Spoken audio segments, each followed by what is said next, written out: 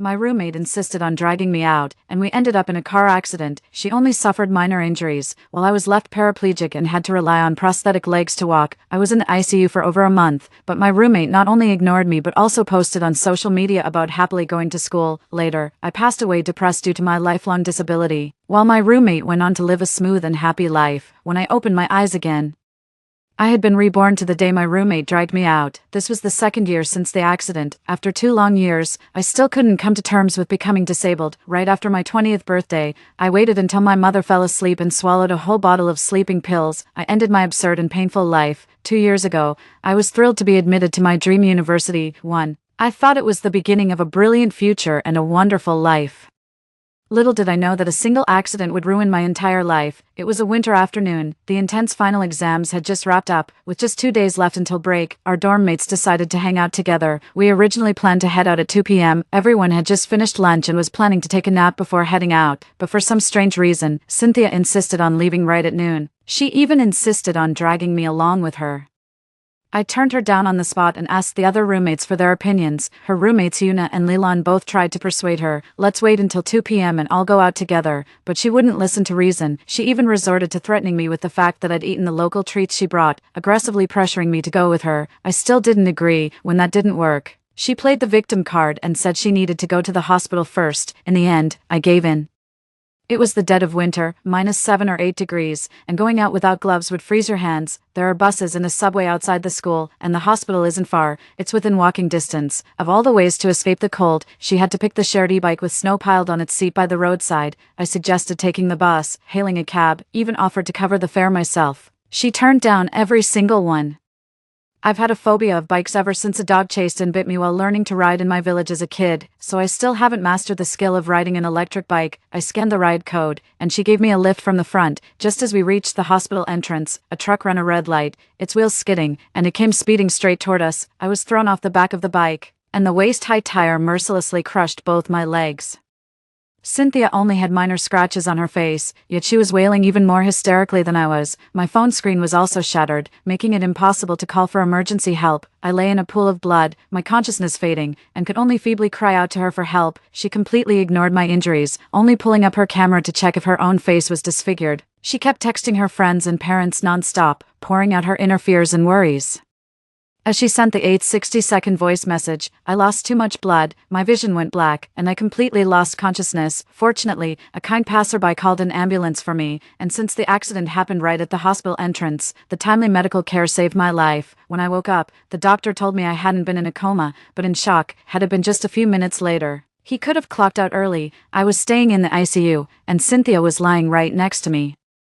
The nurse treated the 2 minor scratches on her face. Still uneasy, she bossily demanded that they bandage her up properly. I asked if she had any other injuries, but she shot me a glare and snapped, "It's all your fault for not knowing how to ride an e-bike. I could have dodged it on my own. Jinx, don't talk to me." I didn't have the strength to argue with her, but her awful attitude made my chest ache with anger. Not long after, Cynthia was transferred to a general ward. Meanwhile, I remained in the ICU for over a month. During that time, I underwent several surgeries and had both my necrotic legs amputated. The pain pump still isn't an option, and the agony is unbearable every day. I'm at the point where ending it all seems tempting. During that time, Cynthia texted me a few times, not to check on me, but to complain. "I'm running a fever, my head and throat are killing me. I feel absolutely miserable. Don't worry. I'll come see you as soon as you're discharged from the hospital." Yet throughout my entire hospitalization, recovery, and 2-year leave from school, she never visited me once. She even blocked me on social media, posting about her wonderful campus life after being discharged. Meanwhile, after leaving the hospital, I could only get around with a prosthetic leg and wheelchair. This unforeseen tragedy left me permanently disabled. My family spent hundreds of thousands on my medical bills, prosthetics, and a wheelchair. My mother wept daily, her sighs never ceasing, her dark hair turning white from grief. To repay the medical debt, my father worked 3 jobs, refusing to even buy a 2-in-1 bottle of water when thirsty. The more I thought about it, the angrier I got, and I seriously considered taking Cynthia to court, but the court informed me that the truck driver was fully at fault, and Cynthia bore no legal responsibility. However, the truck driver had passed away, and his family couldn't afford to cover my medical expenses, so I had to just accept my bad luck. Cynthia goes to school happily every day, while I'm stuck at home feeling like a miserable outcast. The judgmental stares from relatives, the pointing fingers of strangers, the overwhelming burden on my family, the exorbitant cost of prosthetic limbs, the profound psychological trauma, my deteriorating health, and the daily struggles with basic needs like using the restroom and getting around. Each of these burdens felt suffocating, crushing me under their weight. In the end, the pressure became too much to bear. Unable to stand the thought of being a burden to my family any longer, I made the desperate choice to swallow an entire bottle of sleeping pills. I also left behind a suicide note, exposing Cynthia's malicious actions online, but deep down, I was filled with immense resentment and overwhelming hatred toward her. When I opened my eyes again, I had been reborn 2 years into the past, the very day Cynthia insisted on dragging me out of the house. Staring at the date on the calendar and the familiar, cozy dorm room setup, I could hardly believe my eyes. I pinched Cynthia hard, finally snapping back to reality at the sound of her scream. The familiar smell of food in the dorm reminded me that Cynthia hadn't had the chance to cause trouble yet. I looked down at my still intact legs and was overjoyed, so thrilled that I did 50 high knees right there in the dorm. People often take what they already have for granted, always craving more. Little did I realize that having a healthy and sound body already puts me ahead of so many people. 2. I treasure my regained legs more than ever. I also made up my mind not to go out with Cynthia today. Rubbing the conspicuous red mark on her face, Cynthia stood up and demanded sharply, "Phoebe, have you lost your mind? What's with the sudden craziness?" I chuckled and replied half-heartedly, "Your puffy cheeks look so squishable." "Sorry, I got a bit carried away with the poking." My roommate Una spoke up for me. "The campus belle's face is truly captivating. Phoebe, you did what I've always wanted to do." Meanwhile, Leland thoughtfully found a cooling patch and handed it to her. "Use this to soothe it. The swelling should go down soon." I looked apologetic on the surface, but deep down, I felt a twinge of regret. I regretted not squeezing harder earlier. This pain is nothing compared to the suffering Cynthia caused me in my past life. It's not even a drizzle. Cynthia has always had an inexplicable confidence in her appearance, so she was quite pleased with what Una and I said. She quickly accepted my apology and then asked me to accompany her out earlier. It was exactly like a scene from a past life. Coercion and playing the victim, she made it look effortless. I swore to myself silently, "Damn it, anyone who goes out with her is a total idiot." We went back and forth several rounds, and each time ended with her getting rejected. She was furious and blurted out, "You're so stubborn and impossible to reason with." I snapped back, "You're more stubborn than that dumb donkey at my second uncle's place." Unable to win the argument, she turned her gaze to the other two roommates, looking at Leland. "The most easygoing one," she said. "Leland, could you come with me to the hospital, please?" Leland is the overachiever in our dorm. She pulled an all-nighter studying at the library yesterday and could barely keep her eyes open. She just finished eating and was about to catch some sleep. She's not great at saying no, so when faced with a high-maintenance princess like Cynthia, she's completely defenseless. Despite the hesitation and reluctance written all over her face, she still ended up agreeing to the unreasonable request. Una, who had been watching from the side, couldn't take it anymore and spoke up first. "I was just about to go to the hospital to get some motherwort anyway. Why don't I go with you?" Leland felt as if she had been granted a pardon. Cynthia's furrowed brow finally relaxed. "Am I the only one cursing in my head? Damn it, is this idiot trying to get himself killed? I don't want to get involved. And I really don't want to see my kind-hearted roommate repeat the tragedy of my past life." Una ignored my protests and insisted on going out with her. In a moment of quick thinking, I grabbed Cynthia's beloved Neza figurine from her desk. With a sharp crack, it shattered on the floor. It was a rare collectible she'd spent a month unboxing blind boxes to obtain. She used to show off in the dorm all day with nothing better to do, and now it finally paid off. Cynthia, who had just reached the doorway, let out a piercing shriek like a boiling kettle. Then she burst through the door and dropped to her knees, trembling. She clutched the shattered doll, weeping bitterly, glaring at me with a fierce look in his eyes that shut her up for good. "Oops, I accidentally knocked it over. Stop crying. How much was it? I'll pay you back." "All right." She shoved me away in a fit of anger, nearly knocking me off my feet. Then she scrambled onto the bed in a frantic rush and continued wailing at the top of her lungs. Anyone who didn't know better would have thought her own father had died. I simply couldn't make sense of it. How could someone who cares so deeply about a doll be so indifferent to a human life, especially the life of a roommate they've lived with day and night for nearly half a year? Unless her intention in asking me out was to have me killed, or to have any one of the three of us killed, that was her intention all along. During those 2 years of suffering, I did a lot of thinking on my own. Looking back at her behavior before the incident, Cynthia wasn't acting like herself at all. The hospital was on the way to the scenic spot. We had planned to leave at 2 p.m. for our outing. She could have easily stopped by the hospital either before or after. If her medical appointment was going to take so long that she had to go to the hospital first, why did she agree to hang out with everyone afterward?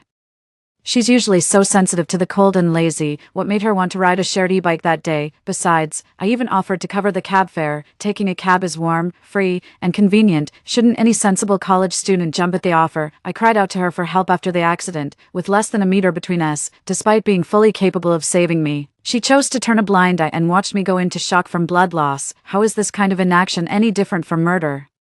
Every clue warns me that Cynthia is a scheming individual with dark secrets to hide. A sudden flashback of that expose post I made before my suicide crossed my mind. 1 comment with the highest engagement left a deep impression on me. A user with the online ID Heaven Rewards the Diligent commented, "The truck rear-ended you at such close range. Yet you ended up paralyzed in both legs while she only had minor scratches. That just doesn't add up."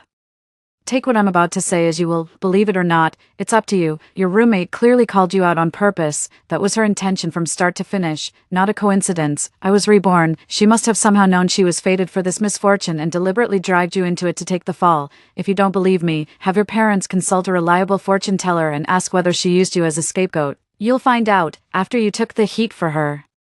She must have felt guilty and started avoiding you on purpose. Now everything makes sense, I replied. I've never believed in that nonsense, but the evidence is right there. Cynthia is clearly up to something. Since her plan fell through, she's bound to make another move, just to be on the safe side. I asked my family to connect me with someone in the know. Using my grandfather's passing as an excuse, I took an earlier train home. Good thing I'd made a note of Cynthia's birthday beforehand, so I wasn't caught off guard when my contact asked for it. She compared my birthday with Cynthia's, then mumbled a bunch of incantations I couldn't understand. Then she came to the same conclusion as the top comment. She used up all her luck chasing wealth, and now she can't handle the backlash of bad fortune. You must have the strongest aura among the 3 roommates. So she picked you to take the hit for her. I was absolutely floored when I heard about this happening in real life for the first time. My grandpa, being the skeptic he is, muttered under his breath, "What is this? Some kind of Gucci and Cheetan cosplay, trying to ward off evil spirits? Does she think she's Bailey Tissue or something?" Renmai frowned deeply, then asked me for the birthdays of my other 2 roommates, just as expected. "You have the strongest fortune." Her brows furrowed so tightly they almost formed a straight line, looking just like the doctor in my past life who told me I needed an amputation. I was so terrified I dropped to my knees, thinking I was about to face another stroke of bad luck, and quickly begged her for help. "Auntie, what should we do now? Is there a way to break this curse?" She shot me a smug sidelong glance, raising an eyebrow as she said, "Didn't you say you don't believe in all that nonsense?" Riding an old lady through a red light, she recited the username from my online post. I exclaimed, "Your hard work pays off. What a crazy coincidence." She replied earnestly, "Not a coincidence. I came specifically to help you." My grandpa blurted out loudly, "Bullshit. I handpicked this guy from a whole crowd of fortune tellers at the gate of the Holy Water Temple." Hard work pays off shot back loudly, "You're full of it. I'm the only free fortune teller on the whole damn street. And you call that handpicking? I've always sided with friends over fairness. How is this not a form of meticulous selection? Stop arguing already. Shouldn't the real focus be on how to break this deadlock?" Hard work pays off pondered for a moment before responding. "Simple. Just make sure she can't borrow your luck." "How exactly do I do that?" "Simple. Just treat her like she's invisible. Don't listen, don't look, don't pay attention. And don't live together, most importantly. Don't believe a word of her nonsense, and resist the temptation." Me, what kind of temptation? Tian Dao Cho Chin, every kind of temptation. I patted my chest and said with great confidence, "Don't worry, Master, I can definitely do it." Tian Dao Cho Chin, why call me Master? I graduated from a professional Taoist college. You should call me Taoist priest. Me, all right, Master. After winter break ended and school started, more than a week later, I tearfully messaged the Master, "Master, she's giving me way too much. I can't handle it anymore. What should I do?" On the first day of school, I moved out of the dorm as the master instructed. After hearing about my past life experiences, though skeptical, my parents rented an apartment for me off campus. At the same time, the master warned me, after failing to ward off the disaster last time, Cynthia will face even worse backlash. So she's likely to take desperate risks, even at the cost of her own life. Your luck is at its peak, making you her prime target. You must be extremely careful. I nodded repeatedly. I never dared to be in the same frame as Cynthia outside of class. During class, I'd slip in right on time and sit as far away from Cynthia as possible. I even considered blocking all her contacts, but the expert warned me it might tip her off. Back at the start of the semester, I was worried Cynthia might track me down online to ask why I moved out of the dorm. It's been over a week now, and she's completely vanished without a trace. I can't help but wonder, am I just overthinking things? Maybe it really was just an accident, and Cynthia is simply heartless. A sudden wave of intense loneliness washed over me. In the past, the 4 of us in the dorm always did everything together, eating, attending classes, sleeping, and going out. By distancing myself from Cynthia, I also ended up drifting apart from Yuna and young Leland. Has Cynthia given up on targeting me and started focusing on my other roommates instead? Just as I was lost in thought, a message suddenly popped up on my phone, my heart sank, and internal alarms started blaring. It must be Cynthia losing her patience. When I opened the message, it turned out to be Leland, not Cynthia. Leland, Phoebe, the advisor said you were sick and wanted some quiet time off campus to recover. I didn't dare to message you all week. I noticed you're back in class recently. Are you feeling better now? I finally breathed a sigh of relief. Much better. I won't be staying in the dorm anymore. Leland, there's a mixer this weekend, full of handsome guys from the sports academy. Want to come? I asked in confusion. Since when did you get interested in social mixers? From what I recall, Leland only gets excited about studying and watching anime, and has her own main character energy. She's almost never shown interest in real-life guys. There were tons of mixers at the start of last semester, but she never attended a single one. Without answering, she just pulled me straight into a group chat. There were only 3 people in the group, me, Leland, and Yuna. I was the one who wanted to go to the mixer, so I dragged Leland along with me. Wanna join us? It's been ages since we last hung out. I asked back, why just the 3 of us? Where's Cynthia? Yuna said bluntly, don't you think she's acting like a spoiled princess? Going out with her is exhausting. We always have to accommodate her every whim. Let's just the 3 of us hang out this time. As long as Cynthia isn't involved, everything's fine by me. I've been cooped up in this rental for so long. I've been dying to go out and have some fun. You can't just shut out all your friends because you're wary of one person, can you? So it was only natural that I accepted Yuna's invitation. The meetup was at a mall near campus, which had a KTV inside. Yuna invited 7 people in total, 3 girls and 4 guys. The KTV is on the 5th floor. While passing by the 2nd floor of the mall, I caught a glimpse of a lottery shop. The master said I have great luck, so I thought I'd try my hand at buying a lottery ticket. What if I win billions? I wouldn't have to worry about a thing for the rest of my life. Without hesitation, I grabbed a handful of Happy Encounter scratch-offs on a whim. As I was scratching them, a girl came over nearby and started scratching hers too, occasionally glancing my way. I kept my head down and turned away slightly to block her view of my tickets, but after scratching all 5, not a single one turned out to be a winner. I lost every penny of that $150. Just as I was about to leave in frustration, a familiar voice suddenly called out from behind me, "Boss, does this look like $1 million winning ticket to you?" Me, in shock. I turned around to see who the lucky winner was. To my astonishment, it was Cynthia standing behind me who had won. The boss examined the lottery ticket closely and exclaimed, "Congratulations, miss, you've won our store's once-in-a-decade $1 million jackpot." After some back and forth, the shop owner was explaining the prize collection location and procedure to her. I was so jealous it felt like my heart was bleeding, but I suppressed my curiosity and envy, and quickly walked away from the lottery store. After all, safety comes first. Entered the food court on the 3rd floor. After making sure Cynthia wasn't following me, I finally felt at ease walking into the bubble tea shop, bought 3 cups of bubble tea. I stabbed the straw into my favorite Tiguanyin milk tea jelly and took a huge gulp. Just as I stepped out of the shop, I bumped right into Cynthia. A mouthful of toppings shot up into my nasal passage. I went into a coughing fit, my face turned bright red, and I struggled to breathe for a full 3 minutes, nearly choked to death. Took a while to recover before I started feeling like I might actually survive. With a quick glance, I saw Cynthia looking disgusted at the vomit I'd left on the floor. Then, as if performing a Sichuan opera face change, she suddenly looked apologetic and came over to pat my back. The master was absolutely right. Cynthia is my jinx. I'm going to die because of her one day. I shook off her hand in disgust and yelled at her to stay away from me. I thought we were in for another round of hassle. To my surprise, she tactfully took the hint and left without a fuss. I borrowed a broom and dustpan from the nearby clerk, ready to clean up the vomit on the floor. A lottery ticket slipped out of my pocket. Upon closer look, beneath the character was a 1 followed by 6 zeros. It's the exact same ticket Cynthia just won with $1 million. Did she slip this into my pocket on purpose? After cleaning up, I picked up that lottery ticket and quietly retreated to a hidden corner. Then, with a sense of helpless despair, I sent a message to the master. "Master, the temptation is too great. What should I do?" The master replied coldly, "Accept it, and you die. What temptation could be worth your life?" I murmured quietly, "What if it's a lottery ticket worth $1 million? The master fell silent for a moment before replying, "Where is it? Tell me the location. I'll take care of it for you." "Master, be serious. I don't have time for your games." The master replied to me, "I'm dead serious. So where's that $1 million lottery ticket?" Just as I was hesitating, Yuna and Leland appeared by the escalator. Then, out of the corner of my eye, I saw them spot me and wave excitedly. Seeing them approach, I frantically slipped the lottery ticket into my pocket.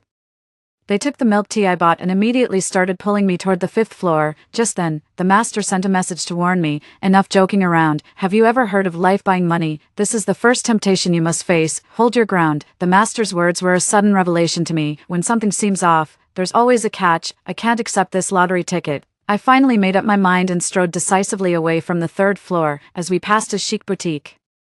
They remarked that there was still plenty of time before the mixer, so they grabbed my arm and ducked into the clothing store. A quick glance at the price tags revealed that everything started at $500 or $600. Meanwhile, I was just a broke college student living on a monthly budget of $1,500. That damn lottery ticket in my pocket is tempting me again. With $1 million, I could probably buy every pretty dress in this store. Right, given the current job market. Will I even make $1 million after graduation? I've lost all interest in admiring the unaffordable dresses. My mind is completely consumed by that $1 million. In a daze, I accidentally bumped into another customer browsing through clothes. Stumbling, the lottery ticket flew into an inconspicuous corner of the clothing store. Reason ultimately triumphed over desire, and I didn't reach out to pick it up. A sudden sense of relief washed over me. Una bought 2 dresses after she paid. I couldn't wait to hurry them out of there. I was afraid I'd regret it. Meanwhile, inside the clothing store, there was a male college student dressed in casual clothes. Just witnessed Phoebe lose the lottery ticket and picked it up. Heading up to the 5th floor, everyone has arrived one after another. The 3 guys came together after playing ball, wearing their sports gear and smelling of sweat. The last guy came over alone, looking fresh and clean, and was the most attractive one. He noticed there was an empty seat next to me. Instead of squeezing in with the other guys, he sat down beside me. I gave him a nervous smile. We were picking songs when the KTV door suddenly burst open and several people rushed in. Cynthia pointed aggressively at my face and shouted, "This is the one. She stole my lottery ticket." She marched straight toward me, grabbed my wrist, and threatened to take me to the police station. I spoke up in my own defense. "Who stole your lottery ticket? Do you have any proof? She's the one who stuffed the ticket into my pocket, and now she has the nerve to turn around and blame me. Thank goodness I didn't let greed get the better of me, or I'd be in a situation where I couldn't clear my name no matter what." The mall security guard came over and showed me the surveillance footage. The footage was taken completely out of context. It only showed the part where I picked up the lottery ticket. If they had just filmed a few seconds earlier, it would have been clear that the lottery ticket had fallen out of my own pocket. Cynthia waved the video triumphantly. "The evidence is undeniable. What do you have to say for yourself?" The 3 boys who arrived first started making sarcastic remarks. "Oh, so that's why you wouldn't give us your contact info. Guilty conscience from stealing." "Huh, exactly." I could tell from her face she was no good, and sure enough, I was right.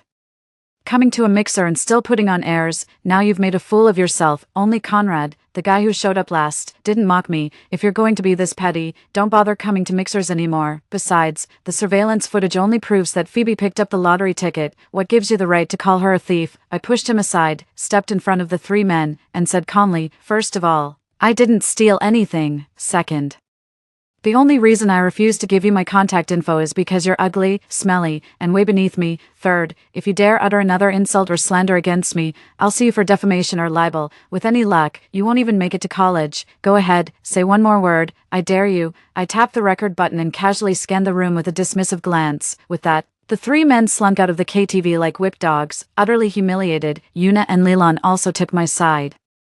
Leland grabbed Cynthia's wrist and tried to mediate, saying, "Cynthia, we're all roommates here. If there's an issue, let's talk it out instead of wrongfully accusing people." Cynthia jerked her hand away and rolled her eyes, saying, "So you do remember we're roommates? Then why didn't you invite me to your little get-together?"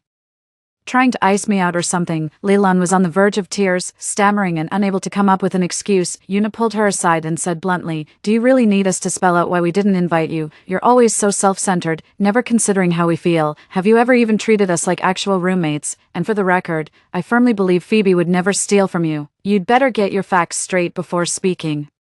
Don't go accusing innocent people for no reason." Cynthia flushed with anger, her face turning red as she pointed at me and demanded, "But you were the one who found that lottery ticket, weren't you? Don't you know that lost property should be returned to its owner?" I spread my hands in a helpless gesture and shrugged, saying, "So what if I found it? I was going to return it to the owner, but then I lost it again. It wasn't mine anyway, so no big deal if it's gone later."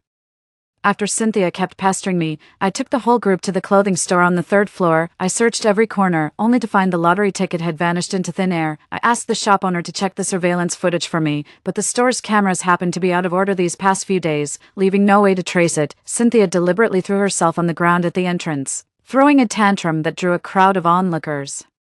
Without any proof that I had stolen the lottery ticket, she changed her mind and demanded I compensate her 800,000 for the lost winnings. Some clueless bystanders thought I had intentionally lost her ticket and started pointing fingers at me. A few kind-hearted people suggested I call the police to help mediate the situation. Just as I was about to dial the police, Cynthia suddenly scrambled up from the ground and ended the call before it could connect. A flicker of guilt flashed in her eyes as she exclaimed loudly, "If anyone's calling the police, it should be me. You don't get to preempt me here." With that, she immediately dialed the emergency number. Within 5 minutes, an officer in full uniform arrived swiftly. The response time was quicker than I expected. Strangely, after hearing my story, the officer immediately tried to arrest me without any explanation. I couldn't help but doubt their true identities. Based on my years of watching cop shows, this officer seemed highly suspicious. First, he didn't show me his ID. Second, police officers usually go out in pairs, but he was alone. Third, the guy looked shifty, and his uniform was all wrinkled. I tried to break free from his grip and demanded to see his credentials. He used the excuse of responding to an emergency too hastily and forgetting his credentials to forcibly drag me along. He pulled me into the elevator and out through the mall's main entrance. Only a grayish-white van was parked by the roadside. There wasn't a police car in sight. Una and the others stuck close to me, worried that something might happen. I suggested they call the police, and at the same time, I kicked the fake cop hard in the groin. In pain, he had no choice but to let go of me. Una's emergency call was hung up again. It turned out to be Conrad, who had been tailing us all along.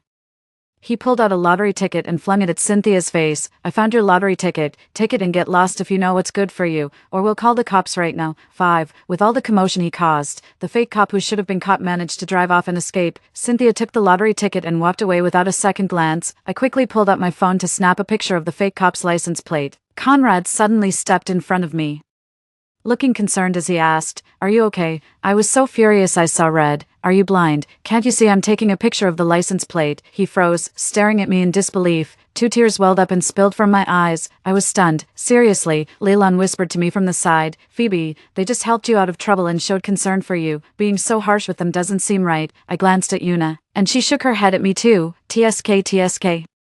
He's a good-looking guy after all. How come you don't know how to be gentle with him? Can't blame me. I was suddenly hit with a wave of inexplicable anger. I apologized to him sheepishly. "I'm sorry. I lost my temper earlier and ended up taking it out on you. Please don't take it to heart." He reached out to touch my head. I immediately pulled away. He flashed a radiant smile. "Quite easy on the eyes. Indeed, add me as a friend, and I'll forgive you." The moment these words were spoken, Una and Leland immediately started egging them on. Out of respect for their dignity, I ended up adding their contact. To my surprise, this person had no sense of boundaries and sent me shirtless photos in the middle of the night. Some time passed. I told Una and Leland about how Cynthia deliberately used her roommate as a scapegoat. They were skeptical at first, but recalling the lottery incident from that day made them realize something was truly off. Cynthia had the audacity to call someone to impersonate a police officer. Her boldness was downright shocking. Had I actually been dragged into that van, the chain of events that would have followed is too horrifying to contemplate. The 3 of us were struck with a wave of lingering fear. They didn't dare stay in the dorm either, so they asked to squeeze into my rental place with me. I gladly agreed. That evening, after we got back from the library, Conrad sent me a bunch of messages. I didn't reply to a single one. Just as I was about to delete him as a friend, he suddenly sent over several photos of his abs. He was wearing a black lace blindfold, with his torso bare to show off his abs, and gray trousers on the lower half. His hairstyle was impeccable, the look was seductive, his physique was well-defined, and his words were enticing. Too bad, he's just not my type. That's so presumptuous. Even if he's handsome, it's still inappropriate, and it's so sleazy, and way out of line. Una and Leland leaned over my shoulders, watching with great interest. Una has always been free-spirited. "If you dislike him so much, why not let me have him? I'm actually quite fond of him." I nodded without hesitation. "Please, go ahead." I ended up playing matchmaker. Una used my name to invite Conrad out for a meal. The reason was to thank him for helping me out that day. They didn't refuse and even proactively shared a restaurant address.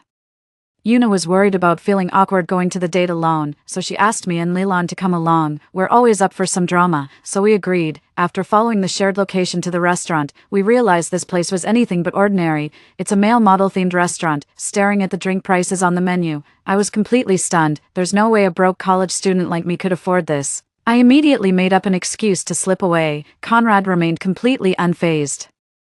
Don't worry, this is where I work part-time. I get staff benefits here, so your food and drinks are on the house. Only then did we begin to relax a little. Conrad led the three of us into a large private room. He handed us a menu. There wasn't a single dish listed. It was all photos of male models. Among them were some of the most popular male students from our university's departments. Leland and I were completely stunned. Yuna, however, was thoroughly enjoying herself, looking through each one as if she couldn't decide. Then she half-jokingly said, "Give me one of everything on the menu." But Conrad took it seriously. With a wave of his hand, he ushered in over a dozen male models with impeccable makeup and stunning physiques. A group of handsome men filed in one after another, taking their seats around us in small groups. Leland and I were frozen in fear, terrified that even the slightest brush against the guy next to us would rack up a bill we couldn't afford. Yuna turned out to be all bark and no bite too, but when people actually walked in, her smile vanished, and she begged Conrad repeatedly to show them the door. Instead, Conrad called over the manager and calmly explained, "Today marks the 1-year anniversary of our store's opening. As our first lucky customers of the day, all your expenses will be covered by the store." I chimed in from the corner with a sly tone. "You said it yourself. I've got it on record."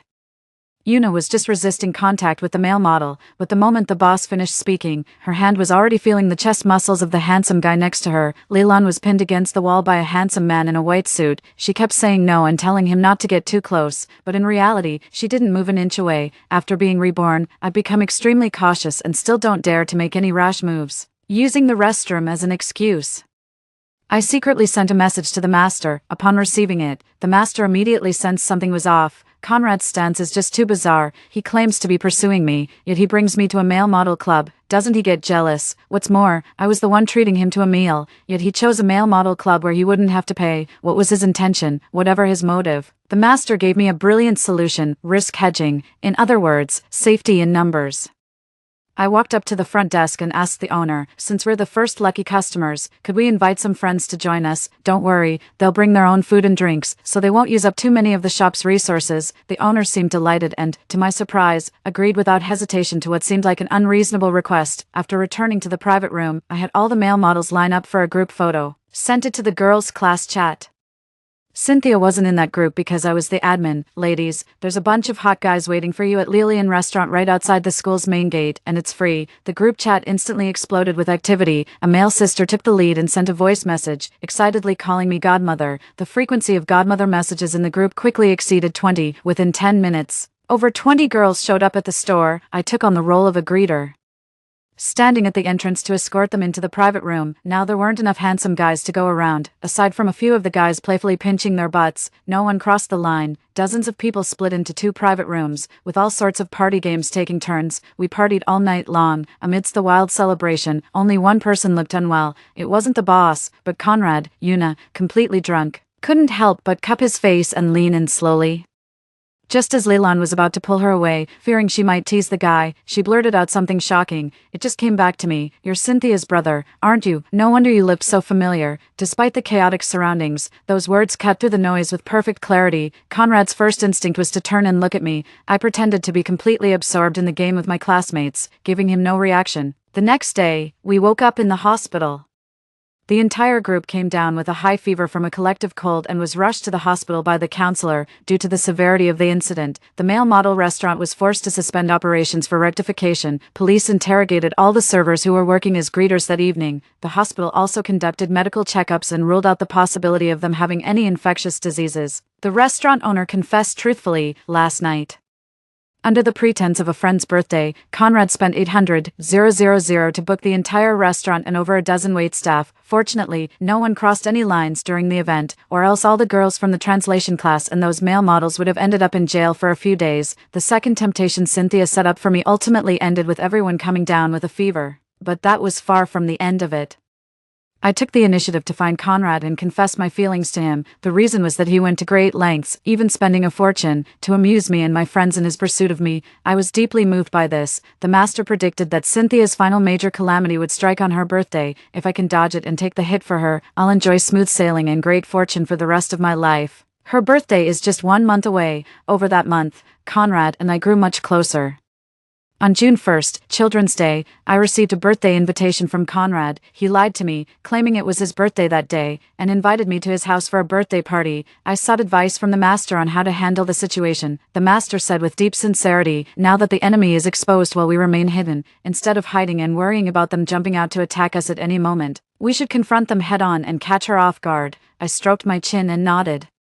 Master, you're still playing games at your age. The master shot me a glare and continued sternly, you're on the brink of death and still binge-watching shows. Mind your own business. Listen, her method of using you as a shield is simply about closing the distance to make you take the fall. You should keep your distance from her as much as possible. Meanwhile, I'll help you channel some of your fortune to turn this danger into safety. I was puzzled. Master, if you have this ability, why can't you just resolve the trouble for me directly? Why do I have to venture into the lion's den myself? The master tapped me on the head and said, there must be someone skilled backing Cynthia. Did you really think hiding in your room would keep you safe? To be absolutely safe, I'll pass on my most essential skills to you.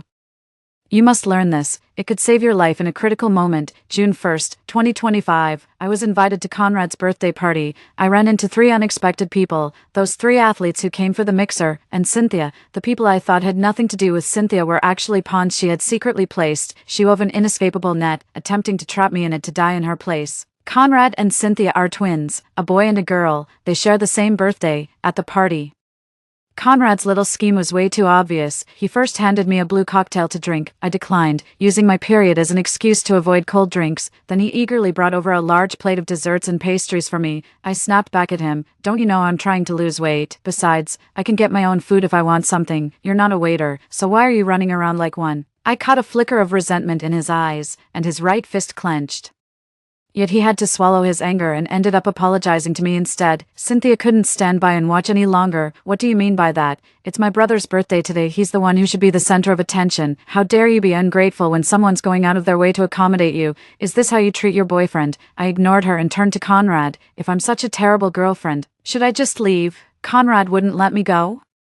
So he started blaming Cynthia instead. Sis, stay out of our business. If Phoebe breaks up with me because of this, are you going to take responsibility? Cynthia shoved me away angrily and stormed straight back to her room. I might have imagined it, but I could have sworn I saw a sly smirk on her face as she passed by. 6. Looks like he's feeling pretty pleased with himself. The next moment, my head started to feel heavy and my consciousness began to fade. Conrad steadied me.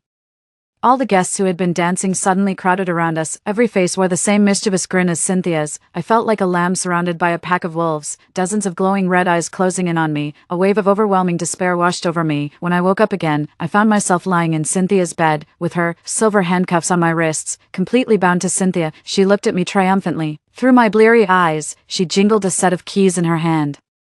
He swung his arm in a wide arc, spun around a few times, and hurled it out the window with all his might. The key fell into the pond below and sank straight to the bottom. Cynthia didn't even bother pretending anymore. Gently patting my cheek twice with her right hand, she chuckled softly and said, I've nailed all the doors and windows shut. When disaster strikes, you won't stand a chance of escaping. Don't be afraid. After you're gone, I'll burn plenty of joss paper for you. Trading your worthless life for mine is an honor you should be grateful for. Just take the fall for me. Haha. I glanced at her sideways, without a hint of panic, and calmly asked, do you even know what disaster means? I snapped. What if it's a fire? With all the doors and windows nailed shut, do you really think I'll die while you escape? Cynthia's pupils dilated, her expression froze, and she stood there stunned for 3 full seconds, questioning her entire existence. Then she shook her head violently. No way. Absolutely impossible. The moment she finished speaking, chaos erupted among the crowd outside the door. Fire. Put out the fire. Quick. I ignored her. Cynthia. At that, her smile vanished completely. The fire outside grew increasingly fierce, and thick, ashen smoke kept pouring into the room, stinging my eyes and making them water. Cynthia slumped to the floor, still repeating that same phrase under her breath. I dragged her into the bathroom, grabbed a clean towel, wet it, and held it over our noses and mouths. Cynthia had blocked off every single exit. We're like frogs trapped in a boiling pot with the lid slammed shut. No chance of hopping out. I cursed Cynthia for being a damn fool, whose clumsy attempt to ward off disaster ended up sealing her own fate. But she grabbed a hammer from nearby and swung it straight at me. The blow landed on my arm, leaving an instant bruise. A dark purple circle stamped into my skin. Overwhelmed by excruciating pain, she dragged me to the doorway, struggling to pull out the nails hammered into the wooden planks. Unfortunately, the nails were driven too deep into the wood to be removed. Thick smoke filled the room, making it difficult to breathe. Enraged and desperate, Cynthia gave up all hope of survival and reached out to strangle my neck. Like a madwoman, she snarled viciously, even if I die, I'll make sure you die first. You'll be my companion in death. Under the crushing force, my throat constricted, making it hard to breathe, my head grew dizzy and my vision darkened. As I teetered on the brink of suffocation, driven by a fierce survival instinct, I frantically groped around on the ground with both hands. Just before blacking out, I managed to grab the hammer Cynthia had discarded nearby and swung it at her head with every ounce of strength I had left. Blood streamed from her forehead before she collapsed to the ground, unconscious.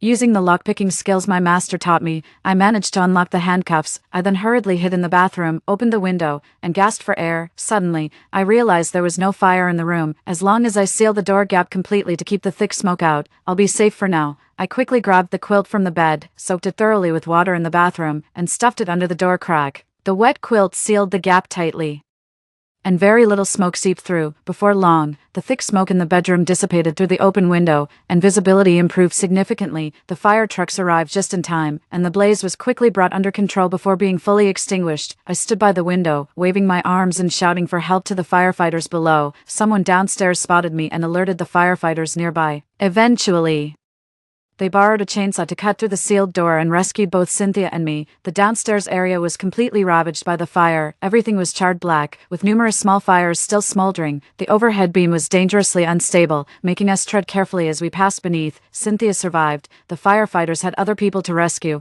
I had no choice but to support her as we made our way out. I made it clear I wasn't happy about it, but with the firefighters there, I couldn't really argue. Cynthia suddenly woke up and, in a fit of rage, went for my throat again. Suddenly, the whole building shook violently, and with a loud crack, half the beam overhead snapped. Cynthia and I were so terrified that our legs instantly turned to jelly. The flames on both sides, fanned by the fierce wind blowing through the window, grew increasingly uncontrollable. With the exit right behind me, I quickly turned around and hurried downstairs, but Cynthia grabbed a broken wooden stick from the floor and struck me hard on the back of the head. Blood instantly gushed from the back of my head, and I collapsed to the ground. As she tried to drag me away, the beam overhead, unable to withstand the fire, came crashing down completely. She pulled me close to her side, clutching me desperately as if I were her last lifeline. My body was left exposed beneath the beam, used by her as a human shield. Little did they know, I never lost consciousness. A split second before the beam crashed down, I sidestepped and rolled onto the burning floor nearby. The beam impaled Cynthia through the abdomen, blood gushing from her mouth as she collapsed dead on the spot. My clothing smothered the flames. I managed to dodge the beam just in time. The memory of the car accident in my past life suddenly became clearer. That truck was clearly heading straight for Cynthia. 7. She pushed me out of the way and forced herself forward a meter, narrowly escaping disaster. This time, her actions went even further. Knowing she couldn't escape in time, she actually used me as a human shield. All those days spent practicing sprinting and reaction speed weren't in vain. I saved my past self from a wrongful death. Cynthia perished in both the fire and the earthquake. Car crash, fire, earthquake. Can't help but marvel at how hard this person was to kill. After getting out, I was interviewed by reporters. I exposed all the crimes committed by the siblings Conrad and Cynthia, including drugging me, unlawful imprisonment, and intentional assault. Conrad was arrested by the police and sentenced to 10 years in prison by the court. As for Cynthia's body, with both parents deceased and her only brother in prison, the remaining relatives refused to claim it upon learning of her crimes. After much back and forth, it ultimately ended up in my hands. I donated her organs. All viable organs, corneas, kidneys, heart, were harvested. The remains were cremated, and the ashes scattered into the drain outside the hospital entrance, a tribute to the legs I lost in my past life. The end. Story 2. In the year when we were driven to desperation, my sister and I became the canaries of the Crosby family brothers, bearing their children, due to her tearing continence condition.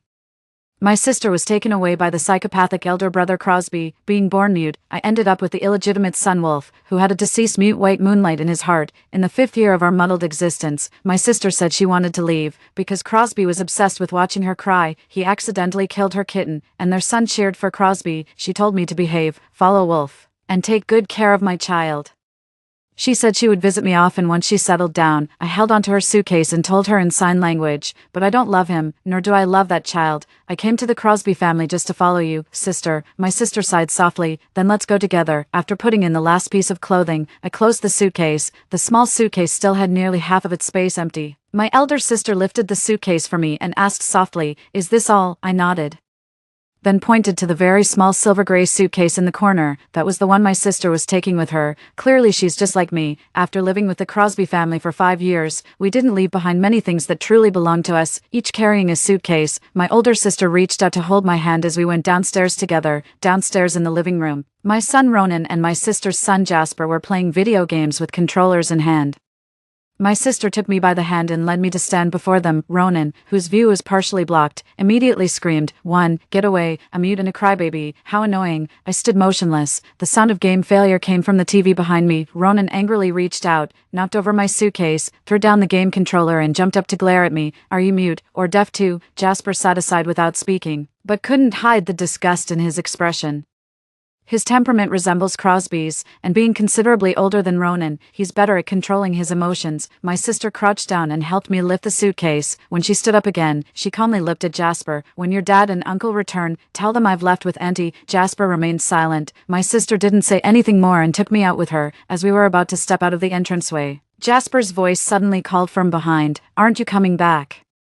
My sister took my hand, her grip momentarily stiffening. She paused at the doorway, remaining silent for a long while before finally walking away without turning back. Just said quietly, "I'm not coming back." Ronan's cheer came from behind. "Great. The two annoying pests are finally gone." Jasper fell silent. The height of summer was scorching hot, with heavy rain pouring outside. As we parted, my elder sister held the umbrella, tilting it deliberately toward my side. The other day, Wolf got scolded by the Crosby family and dragged me to the racetrack to vent his anger, nearly crippling one of my legs in a collision. My wound had just begun to scab over, and my sister worried it might get wet. I glanced at her dampened shoulder, to which she immediately responded with a gentle smile. "It's fine, I'm strong." In the taxi, she changed the gauze on my leg for me. When she looked up again, her eyes were reddened, her voice trembling. "It must hurt a lot, right? Never again."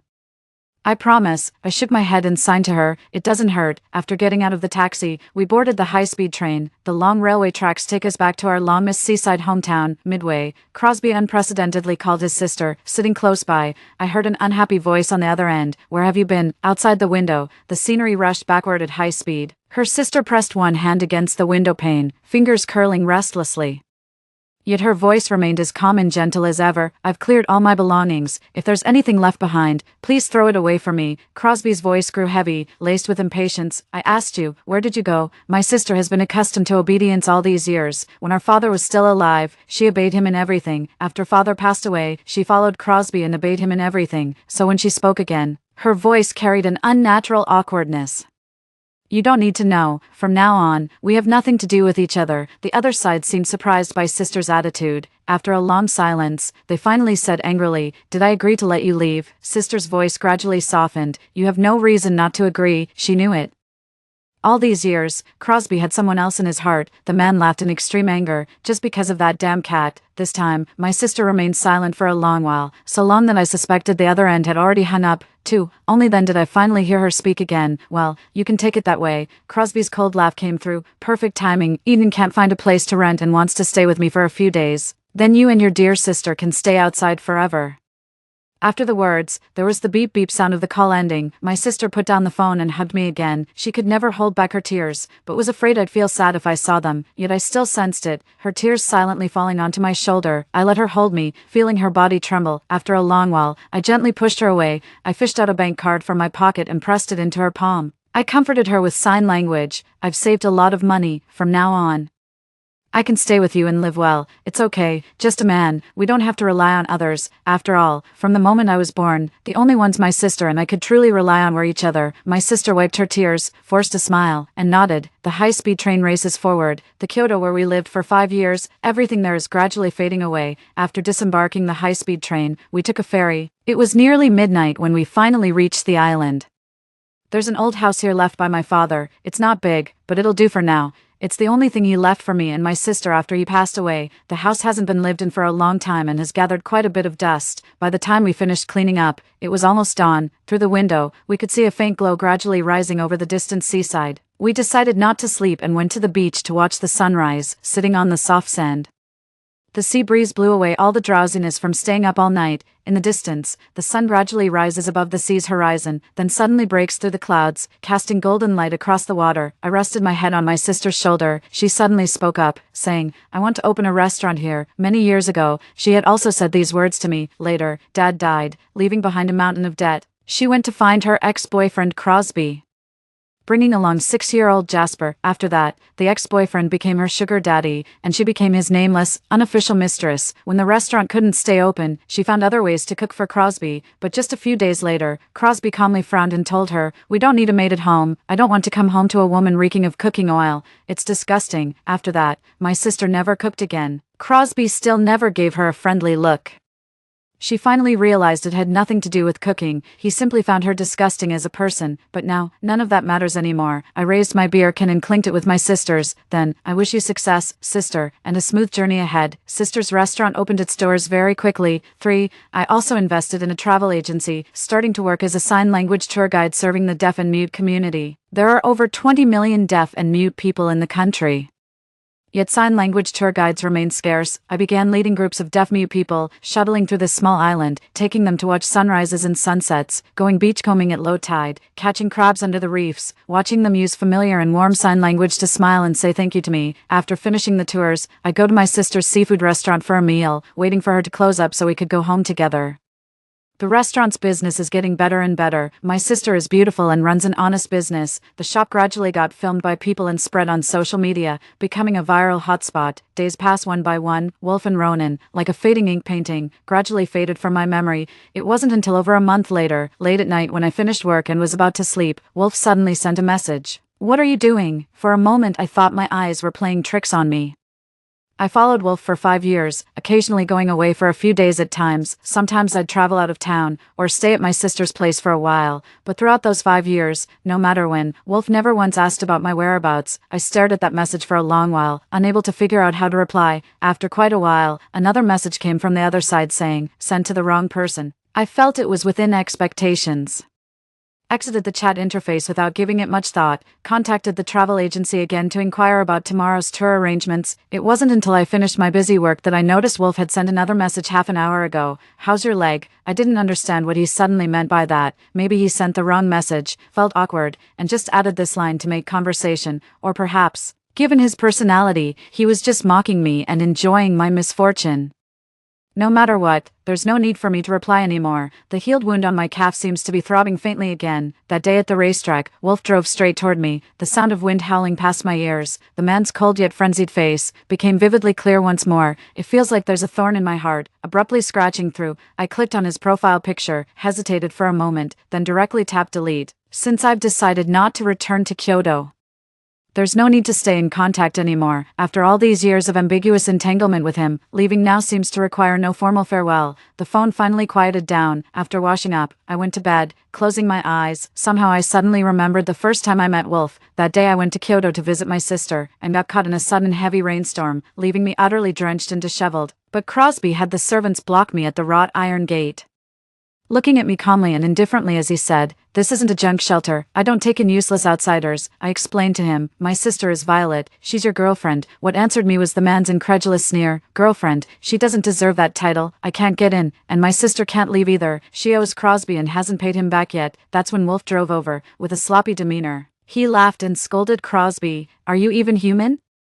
Letting your woman's younger sister stand out in the rain," Crosby said calmly, "then take her back with you." Wolf really did take me back. He coaxed me gently. "My place is closer to here. When you miss your sister, it's just a 10-minute walk to see her." Back then, I just thought he was such a kind person. I don't know how deep his grudge against Crosby was. He just wanted to see the other person miserable. Like my sister, I've never been treated kindly by anyone either, so when others show the slightest kindness, they're overwhelmed with gratitude. Truly believing the other person is a living saint on earth, they'd eagerly tear out their own heart and hand it over to the other person. Only later, when their heart is repeatedly stabbed, do they see the other's true colors? Then they realized they were just a passing joke, something the other person amused themselves with on a whim. I slept in a daze, my eyes seemingly slightly moist. In my grogginess, my phone seemed to ring. I fumbled for the phone and answered it, only then noticing it was a call from Ronan's smartwatch. For I had blocked Wolf, but forgot to block this number. It was the familiar voice of a little boy. "Why haven't you come back yet?" From the age of 3, when he began to understand things. Ronan never called me Mom again, simply because from the moment he was born, too many people around him told him, Mom is a detestable mute, a despicable villain, so his way of addressing me gradually narrowed down to just 2 words, you, or hey. I calmly texted to remind him, I told you when I left that I wouldn't be coming back. On the other end, Ronan's tone began to carry accusations of displeasure and anger. You're my mom. How could you abandon me? Do you know I went to kindergarten today and forgot to bring my change of clothes? It's all your fault for not being home to help me pack my school bag. All these years he's been spoiled by the Crosby family, with no manners at all, and has grown accustomed to shouting at me. I've also tried to discipline him before, but ever since he was 3, he stopped listening to me. The Crosby family looked down on a mute like me raising a child. Ronan even spoke to me with disgust. I was just speaking a bit louder. Our family has plenty of money. Who dares to criticize me? Do you expect me to be like you, a timid and useless mute? Gradually, I began to feel weary of it all. Thinking about it, the Crosby family truly has the means to spoil him for life. If he refuses to listen to me, so be it. I stopped caring about him, ignoring his disdain and scolding towards me. Gradually, I began to feel less love for him. Over there, he was still aggressively questioning me. Come back immediately. Do you know how many days it's been since I last had sweet and sour pork ribs? No one reminded Dad to take his stomach medicine, and he's had stomach aches many times. If you don't come back to take care of us soon, we'll really get angry. Over these past few years, the image of me in his heart has gradually changed from mom to a nanny who's expected to serve them. I can't speak. Feeling exhausted and somewhat unwilling to reply to messages, simply hung up the call directly, then blocked this number. Considering Ronan's habitually willful nature, he might change numbers again to accuse me. I simply turned on the unknown call blocking feature. The world is finally quiet, and I let out a soft sigh. Suddenly I realized my feelings toward the wolf father and son seemed to have dwindled mostly into impatience. My work continued as usual. The scope of my tour guide work gradually expanded from this small island to nearby coastal cities. I've also started preparing to establish my own travel agency for people with disabilities, specifically catering to special groups such as the deaf, blind, and those with mobility impairments. I hope they can travel without fear of discrimination or inconvenience in daily life. My sister's restaurant business is also thriving. We managed to save some money, combined with our previous savings, and made a down payment on another house. As for the old house left by my father, it was sold off, as it only reminded us of those unhappy memories. That man never treated us well. During his lifetime, he kept a mistress and child outside, funneling nearly all his money to that mother and son. The money for my sister and me to study and live came solely from scholarships, grants, and subsidies from our village, scraping by, barely making ends meet. Even on his deathbed, he didn't forget to transfer all his assets away. All he left for us sisters were debts and that dilapidated house nobody would buy. As he lay on his deathbed with his last breath, he said viciously to us sisters, "Don't blame me either. If you must blame someone, blame yourselves for being born from that wicked woman's womb." In his youth, bound by his parents' orders and too afraid to resist, he married my mother. After marriage, he vented all his resentment and bitterness onto our gentle and meek mother. Then after mother's death, he turned his anger towards us sisters. That day, my sister listened calmly to his words, then took my hand and left the hospital room without looking back. My sister patted my head and said, "It's okay, I'll take care of you." We didn't watch that man take his last breath, nor did we arrange his funeral. In the blink of an eye, 5 years have passed. The newly purchased apartment is fully furnished, with an area of less than 80 square meters, small, yet cozy. It was the first real home that my sister and I could truly call our own. On moving day, I felt indescribable excitement. My sister cooked a large table full of dishes and opened a bottle of red wine, though we couldn't finish it all between the two of us. But she said that when moving into a new home, having a sense of ceremony is still very important. I cleared the dining table and lit some candles. My sister couldn't help but tease me, who has a candlelit dinner with their own sister. I couldn't help blushing a little, but I still didn't extinguish the candles. As soon as my sister finished speaking, the doorbell rang outside. I thought it was the neighbor from next door who had greeted me earlier today. When I opened the door, I unexpectedly met Wolf's gaze. I froze for a moment. His face, once always defiant, now looked utterly haggard, with dark circles under his eyes. His right hand even leaned on a cane, apparently due to an injured leg. This pitiful state was so unlike him. For a moment, I thought I had mistaken him for someone else, until I saw Ronan standing on his left side again, and Jasper, awkward and silent, not far behind him. I don't know how they found this place, such a grand display, yet it no longer stirred any waves in my heart. I even instinctively and somewhat curiously looked behind Jasper to see if Crosby had come too, but he hadn't. 5. That man probably truly didn't care at all about my sister's coming or going.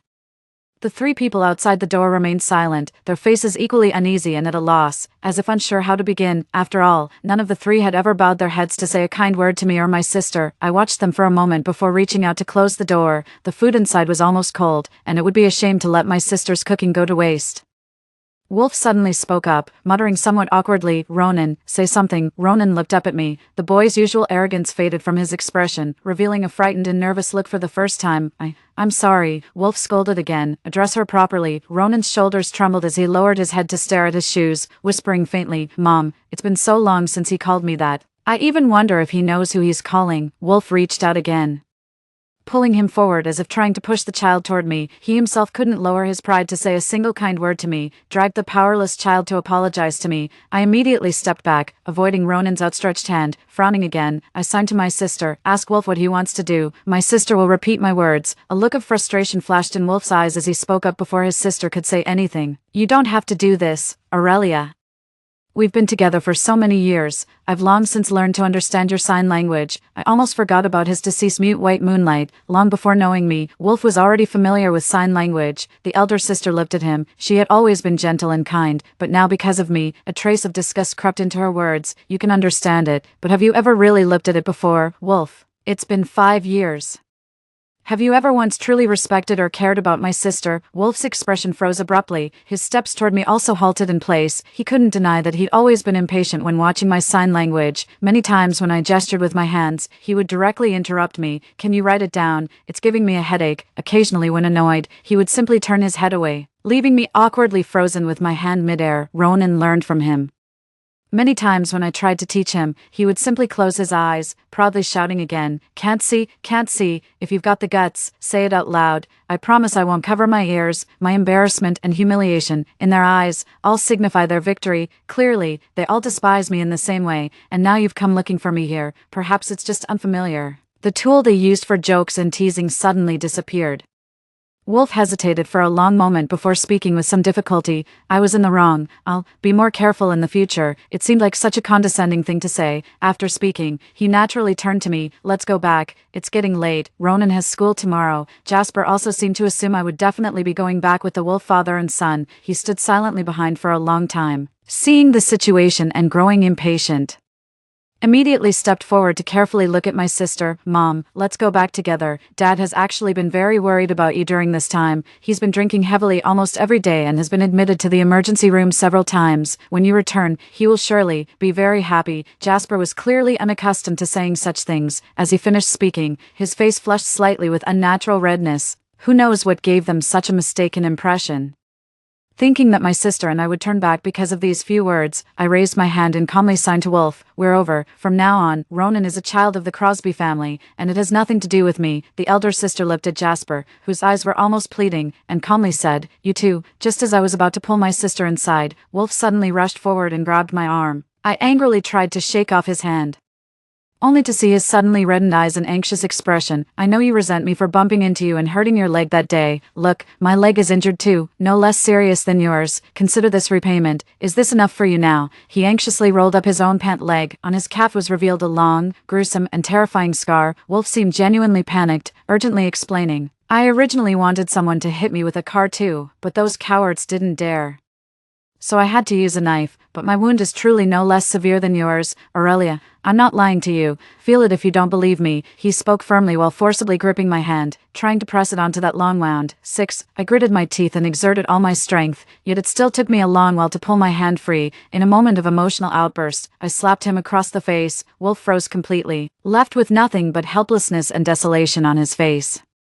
He should understand that in this world, not everything can be repaid. Just like the pain in my leg and the life I almost lost that day, they can never be transferred onto him. The countless instances of neglect and disdain I endured during those 5 years, he will never truly comprehend. That day during his race, someone deliberately pushed me into the path he was about to take, yet he couldn't bear to slow down even slightly. All because the prize for that race was the last painting his unattainable love had created before passing away. It was me, battered and bruised, who frantically crawled out of the track at the last moment like a madman. Only then did I avoid losing my life or the possibility of being left paralyzed from the collision. My life couldn't compare to a painting. That was his choice without hesitation. Wolf's voice trembled as he struggled to explain, "My relationship with Althea isn't what you think. Althea was his deceased white moonlight. My hands trembled as I raised them again, interrupting him with sign language. I never want to see you again. I don't want to hear explanations, nor do I need apologies. I just need to know that on that racetrack, it was myself who saved my own life. Aurelia, who once loved Wolf, died on that racetrack. From then on, there would be no further connection between me and Wolf, my sister, and I turned back inside, closed the door, and locked it, made a phone call to contact property security and have the people outside driven away. I took out my phone's contact list again and blocked all contact information for the Crosby family. From then on, those people and matters had nothing more to do with us. Outside the door, Wolf seemed to finally snap out of it and began knocking impatiently and unwillingly. There was almost a sob in his voice. Aurelia, come home with me, please. I beg you, you're all I have. Truly the only one. That willful, unrestrained person who never once looked at me properly now utters such ridiculous and nauseating words. My sister and I sat down at the dining table as the noise outside grew louder. Wolf's voice kept apologizing and admitting mistakes, followed by Ronan and Jasper alternately calling Mom. The commotion outside continued for a long time. Then came the security guards' voices, and finally, it quieted down. I think I've made myself clear enough, nor was Wolf so foolish as to not understand that my sister and I could never go back, no matter what. The person outside the door finally left, only after a long while. Through the open window, I could still hear Ronan's shrill crying from downstairs in the neighborhood. I want mommy to come home. The sound didn't fade away until much later. I raised my wine glass and clinked it against my sister's. I signed with my hands, celebrating our new home. My elder sister smiled gently. Let's also celebrate our new beginning. Both my sister and I drank quite a lot of alcohol. I don't handle alcohol well, and ended up completely lightheaded. Just like when we were children, I threw a tantrum insisting on sleeping with my sister. In the middle of the night, I vaguely heard my sister making a phone call. My drunkenness had mostly worn off by then. Faintly, I could hear what sounded like Crosby's voice on the other end. I don't care. Come pick me up at the bar. Such words, spoken in such a vague and even somewhat coquettish tone, really didn't seem like something Crosby would say. 7. Compared to Wolf's arrogant and unrestrained demeanor, Crosby comes across as aloof and ascetic. He seems utterly indifferent to everything. In recent years, he's never spoken kindly to his sister either. His sister calmly reminded him, Crosby, we've already broken up. What I owed you, I've repaid. The sound of something shattering came through the phone, carrying an anger palpable even through the device. After a moment of chaotic noises, the man's voice returned, gentle and low. We didn't separate. Violet, you're still half asleep. The elder sister softly interrupted him. You're the one who's drunk. The voice on the other end gradually became intermittent and incoherent. Yes, I'm drunk. You should come get me. You used to always come get me. Violet, I have a heart condition. No one is looking after me when I drink. Aren't you afraid? I might die. My sister's hand holding the phone trembled slightly, but her voice remained steady. I'll contact the butler for you. This is the last time. From now on, please don't contact me again. Perhaps sensing that my sister was about to hang up the phone, the voice on the other end grew urgent. Listen to me. Eden has left. I dismissed her. This time, the voice over there was clear and unambiguous, so the so-called drunkenness was nothing more than a clumsy excuse. Both he and Wolf felt that actively seeking out me and my sister was a shameful thing to do. My sister chuckled softly. So, does it have anything to do with me? Firing that woman doesn't change the fact that Crosby maintained an ambiguous relationship with his secretary for those 5 years. It's undeniable that he killed his sister's carefully rescued cat for the sake of his secretary, simply because that secretary insisted on holding the cat despite his sister's objections, then accidentally scratched the kitten's belly with her slender manicured nails. The startled kitten bared its teeth at her but didn't bite, only to be grabbed by the scruff of its neck by Crosby. Her sister tearfully begged him to put the cat down, her face streaked with tears. Yet her tears only further fueled Crosby's desire to act. He had mocked her sister many times. How can someone shed endless tears over such trivial matters? It's both ridiculous and amusing. And so, the cat was flung out without hesitation amidst the sister's tear-streaked face. It hit the corner of the table and died on the spot. Crosby's voice over there gradually faded. Violet, I just didn't want the cat to hurt anyone and put you in a difficult position. I didn't know it would die from just that one fall. My sister's tone grew increasingly impatient. What exactly are you trying to say? The man's voice from over there sounded flustered and confused. All because of that stray cat we'd only had for a few days. Are you really abandoning me? He knew perfectly well that his sister's departure wasn't just because of that cat, yet he deliberately chose to play dumb. It seemed his sister had exhausted all her patience, she said indifferently. Word by word, for the last time, sir, we're over, whether it's you or Jasper. 8. After a long silence from the other end, came the man's cold, unwilling chuckle. Impossible, I'll bring you back soon. My sister frowned, ignoring the voice on the other end, and hung up the phone directly. Under the moonlight, I watched her get out of bed, remove the SIM card from her phone, and toss it straight into the trash. It suddenly occurred to me that although I had blocked Wolf and Ronan's numbers these past few days, they kept harassing me by calling from different numbers. I simply got out of bed and picked up my phone. I took out the SIM card and threw it into the trash can as well. When I looked up again, I met my sister's gaze in the dim light. There were tears in her eyes, but her expression was resolute. I moved closer, wrapped my arms around hers, casually grabbed a tissue, and wiped away the tears at the corner of her eye. Then I said with a smile, "Let's go get new cards together tomorrow. Maybe there's even a discount for the second one." My sister also smiled and said, "Okay, so let all the past end here." At the end of October, my disability travel agency started its business. My sister's restaurant also opened its first branch. The Crosby family's two father-son pairs still frequently come around, but it's gradually affecting our lives less and less. The elder sister routinely served customers at the restaurant, ignoring their presence. As for my job in the tourism industry, from morning till night, I'm constantly in places packed with crowds. Having a few more people around me makes no difference. I just treat them as strangers. Crosby bought a villa here, but merely purchased it. It seems he never actually lived there. No one knows what he wants to do. My sister and I just bought a new house and are still paying the mortgage, so we can't just move away to avoid him. Life goes on as usual. In November, I hosted a family of 5 on vacation, 3 adults and 2 children, and took them around from morning till evening. We happened to arrive at low tide during sunset, so the family bought some beachcombing tools and enthusiastically headed into the sea. I stayed behind to watch over 2 backpacks and 2 children, letting them play in the sand around me. The mischievous boy practically rolled around in the sand several times.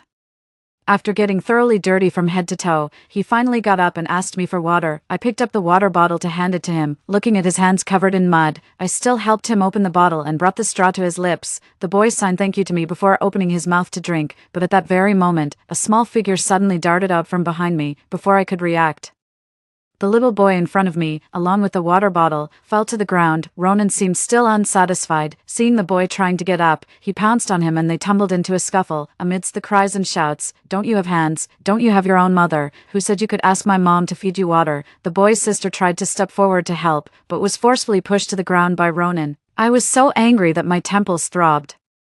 And out of the corner of my eye, I saw Wolf standing not far away. He just stood there watching indifferently, showing no intention of stepping in to stop it. At that moment, I suddenly felt that Ronan wasn't his son, but a mad dog he deliberately raised. My rationality vanished in an instant as I reached out, grabbed Ronan, and shoved him away. Ronan hit the ground with a thud. The sand was soft. It couldn't have hurt much, but he immediately let out a sharp cry, looking at me with a face full of grief and shock. "You've never hit me before. You're a bad mom. You don't want me and Dad anymore. And now you're hitting me for some other bad kid." The little boy who was pushed down stood up, pulling his sister up with him, glaring at him angrily while gesturing in sign language. "You're the bad child. That's why your mother abandoned you." Ronan's crying grew even more shrill. Several adults who were gathering seafood heard the commotion and rushed back. I comforted the child, apologized to the adults, waived their guide fee, and concluded today's tour. After seeing them off the beach, Ronan trailed behind me again, his shrill cries still ongoing. Unaware bystanders cast judgmental glances at me, silently condemning my heartless act of abandoning a child. Behind Ronan's tear-reddened eyes lurked a hint of triumph. He knew that because I was born mute, I had a somewhat inferiority complex and was always more afraid of losing face. So he deliberately pulled at my sleeve pitifully in front of everyone. "Mom, will you take me home?" Ignoring those gazes, I reached out and pushed his hand away. Turning back, I was about to drive home from the roadside. Wolf, who had been pretending to be a stranger standing not far away, finally approached and blocked my path. I suddenly felt utterly disgusted. It suddenly struck me as strange how I could have ever been attracted to someone like him, to achieve his own goals. Even his son is just a weapon in his hands. He raised Ronan to become what he is now. It's nothing but his disdain for the Crosby family, deliberately showing them a detestable grandson. Now he's using Ronan as that weapon, holding it against my neck. Unable to conceal my irritation, I raised my hand and warned him, "If you don't leave now, I'll call the police." Wolf stood towering over me from an uncomfortably close distance. There was a strange glint of amusement in his eyes, disgusting yet inexplicably chilling. Under the weight of that peculiar smile, a sudden, inexplicable unease took root within me. I heard him speak. "Aurelia, come back with me. You'll have to return sooner or later. You've made enough fuss. Don't waste each other's time." Psychopath. I walked past him to leave, hearing him let out a soft chuckle. "Aren't you always following your sister around? She's about to return to the capital soon. Are you really not going back?" It felt like a bucket of cold water had been suddenly poured over my head. I whirled around to face him, raising my hand in accusation. "What did you do?" Wolf seemed quite satisfied with my reaction, the amusement in his eyes deepening. "What can I do? I'm not like some fools who rush to do the dirty work themselves. Isn't it better to let others fight while you reap the rewards?" My mind was buzzing with noise. It suddenly occurred to me that Crosby has been here almost every day for the past 2 weeks. I see him almost every day. When I went to the restaurant to find my sister, he was standing not far away in an inconspicuous spot, looking at me, looking in the direction of my sister, 9, an inscrutable gaze with a faint, ambiguous smile. Back then, I just thought they were all lingering like restless spirits, wondering how much longer they'd keep playing this tedious, nauseating game of feigned affection. But now, it suddenly occurs to me, he seemed more like he was plotting something, and now, his plan is ready. I drove hurriedly to my sister's restaurant while calling her, but she wouldn't pick up. Crosby has always been extremely rational in his actions, never acting recklessly, but I didn't dare take the risk, so I called the police while driving. In late autumn, darkness falls early, and by the time I arrived at the restaurant, it was completely dark. The restaurant was brightly lit, showing no signs of closing. From a distance, I couldn't see clearly if my sister was properly inside. After getting out of the car, I hurried towards the entrance, but before I could step into the front courtyard, my shoulder was suddenly grabbed from behind. The mouth opens, but no voice comes out to call for help. In that instant, I saw from afar my sister's figure inside the restaurant, serving customers as usual. Clearly, Crosby never went out of his way to trouble her. Suddenly I realized I was wrong, completely mistaken about everything. Crosby's smiling voice softly whispered in my ear, "Let's go, we'll return to Kyoto together and wait for your sister." From the corner of my eye, I saw that in his other hand was precisely my sister's phone, and my sister probably hadn't yet realized her phone was missing. Behind me, I heard Wolf's voice, "See clearly now, come back with me," but soon, his voice abruptly stopped. He saw Crosby turn around, holding a knife against me. Wolf's expression changed abruptly, his face darkening with extreme fury in an instant. "Crosby, take a good look at who you're holding. Are you fucking blind?" As he spoke, he moved to pull me away. The blade Crosby pressed against my neck lightly drew a line of blood. The man chuckled darkly and warned, "You'd better not come over." Wolf's gaze was murderous, his teeth grinding audibly, yet his steps ultimately halted in place. I wasn't afraid of Crosby's knife.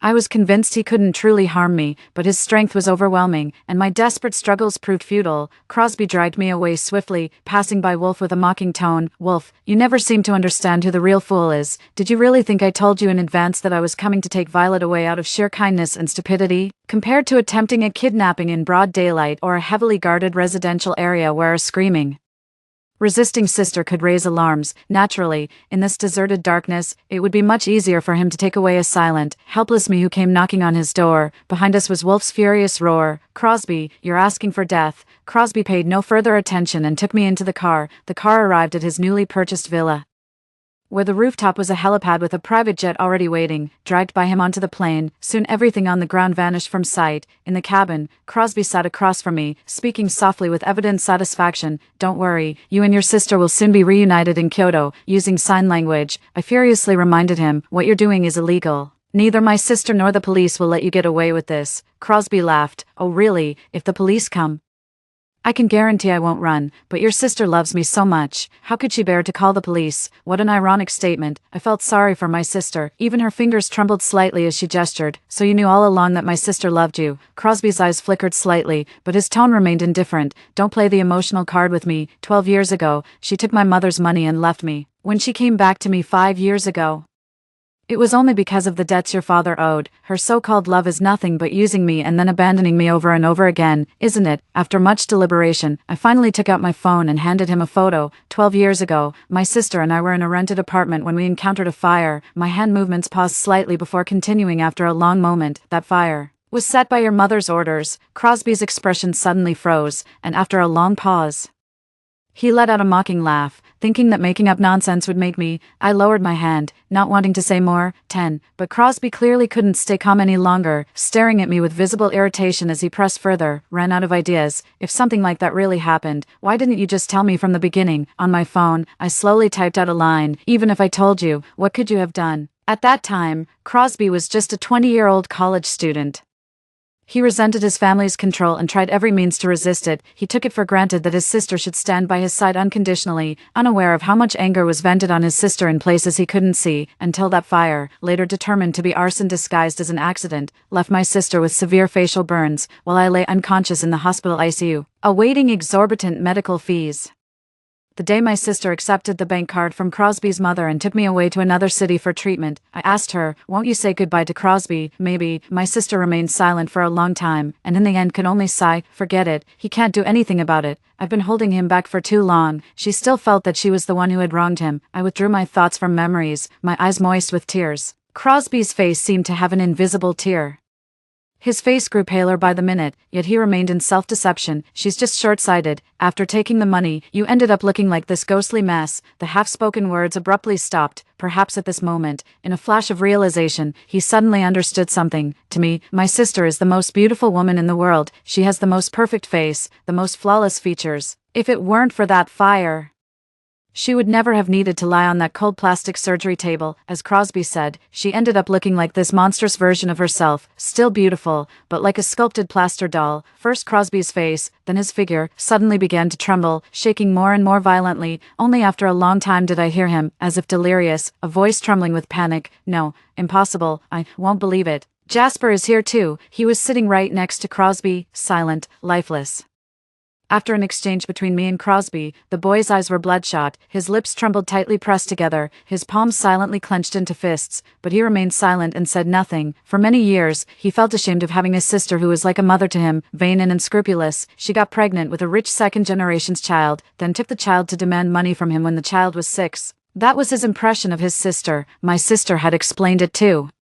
But he didn't believe it. I averted my gaze, looked out the window, and held back the tears in my eyes. Over the years, my sister has shed too many tears because she couldn't control herself. I thought I shouldn't cry anymore. The plane landed in Kyoto, coming to rest on the lawn of Crosby's villa. Not long ago, this man had intended to kidnap and imprison me, trying to force my sister to come and obediently stay by his side again. Now, he just sat there in a daze, just like Jasper, motionless, like a snowman frozen in place by Kyoto's first snowfall outside the aircraft cabin. It seems this year's snow has come unusually early. I got up alone and left the aircraft cabin. My elder sister arrived 2 hours later. Along with them came Wolf and Ronan, as well as police cars. My sister ran towards me, her face pale and panicked, and hugged me tightly. Then she urgently comforted me, saying, "Don't be afraid. Don't be afraid."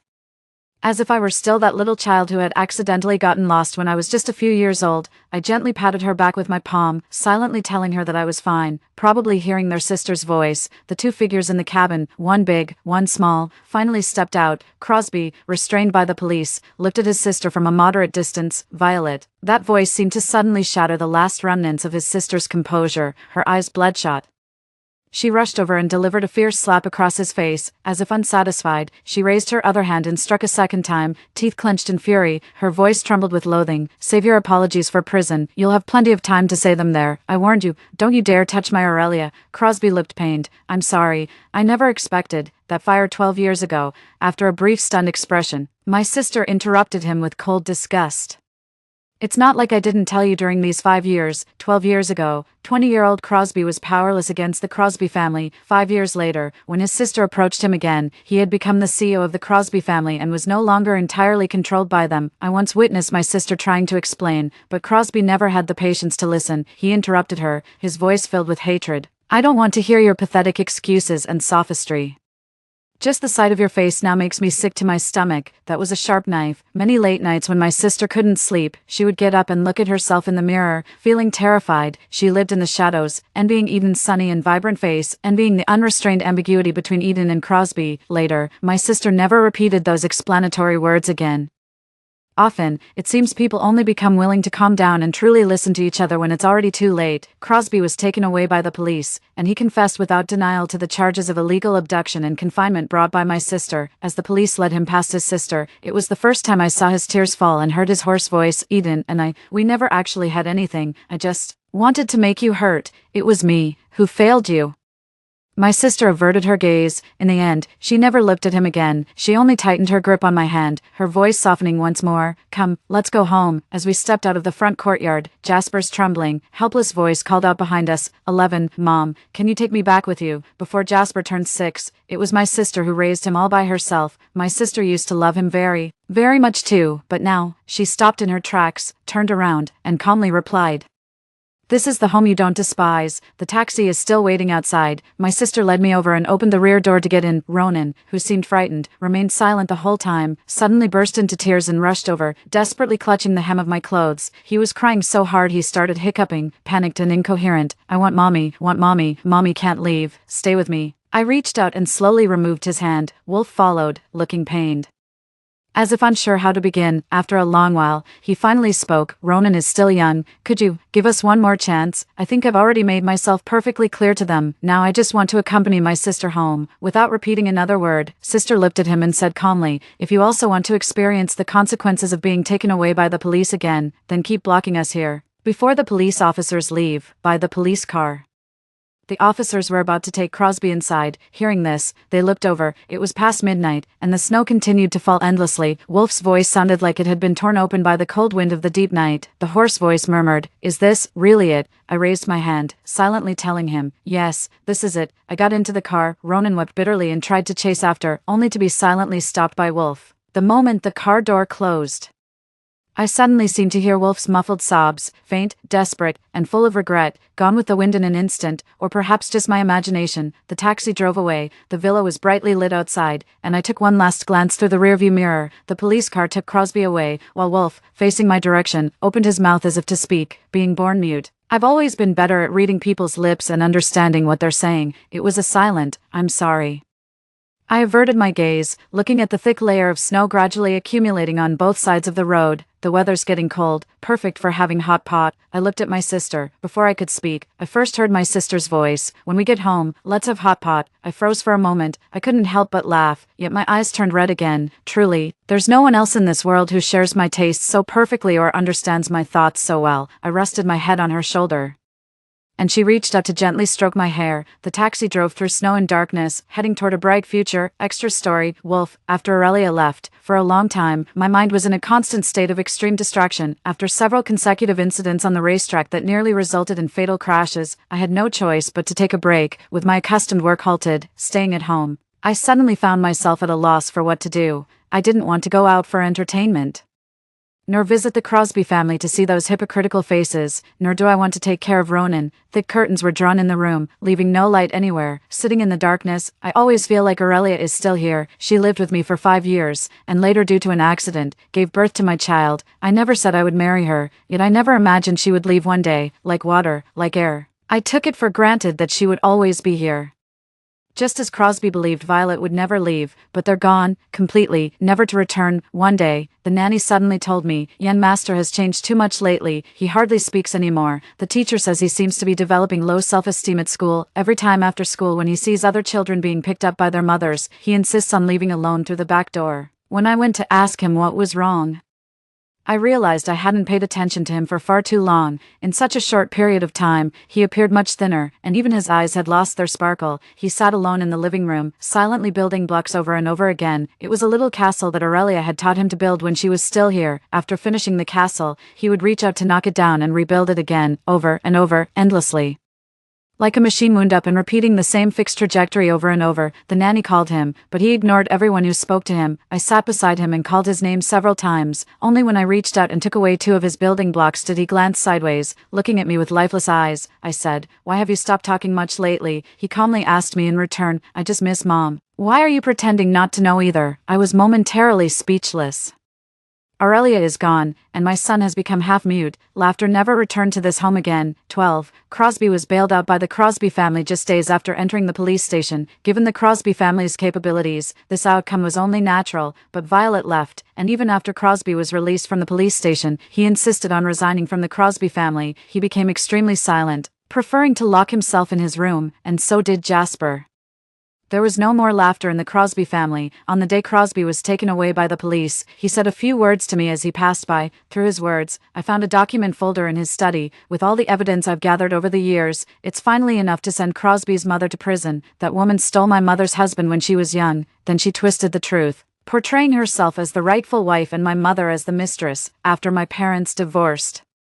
My mother left alone with me and my unborn sister in her womb. Later, she gave birth to a younger sister and had her take her surname, but that woman still wasn't at ease. Going to great lengths to monitor the movements of our family of 3, she caused my sister's death, then drove my mother to suffer severe nervous exhaustion, and she remains in a psychiatric hospital to this day.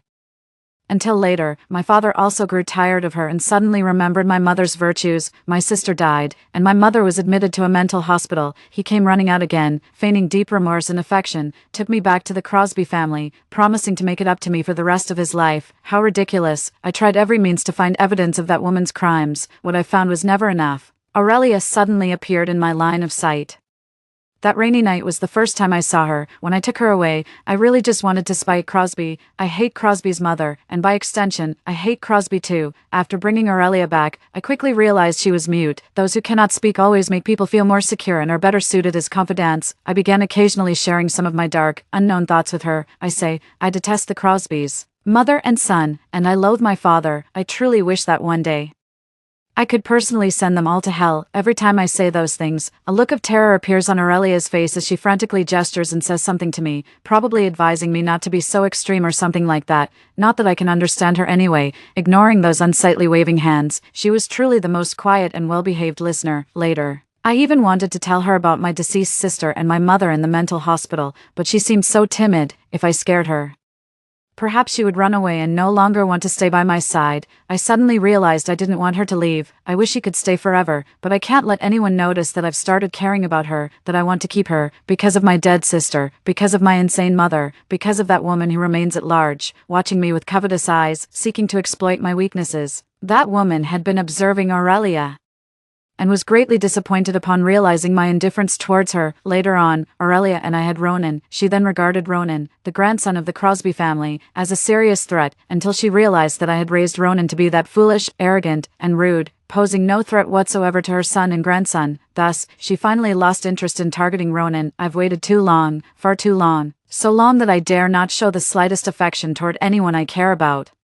So long that I dare not let my son display any remarkable excellence, until this day finally arrived. That woman's son personally handed me the final straw that broke his mother's back, but she still wasn't taken away by the police, because before being arrested, she had already taken her own life at home. She had lived in luxury and wealth for too many years. Utterly unable to face that prison cell filled with endless darkness and despair, my father started coming after me again. He lost his wife, and his most proud son Crosby was completely devastated. The Crosby family needs someone to take over. He is getting old, his health is deteriorating, and he no longer has the strength to manage it himself. I didn't make it difficult for him and agreed to take over the company. In the 3rd year of taking over the company, my father was completely at ease and handed over full authority of the company to me.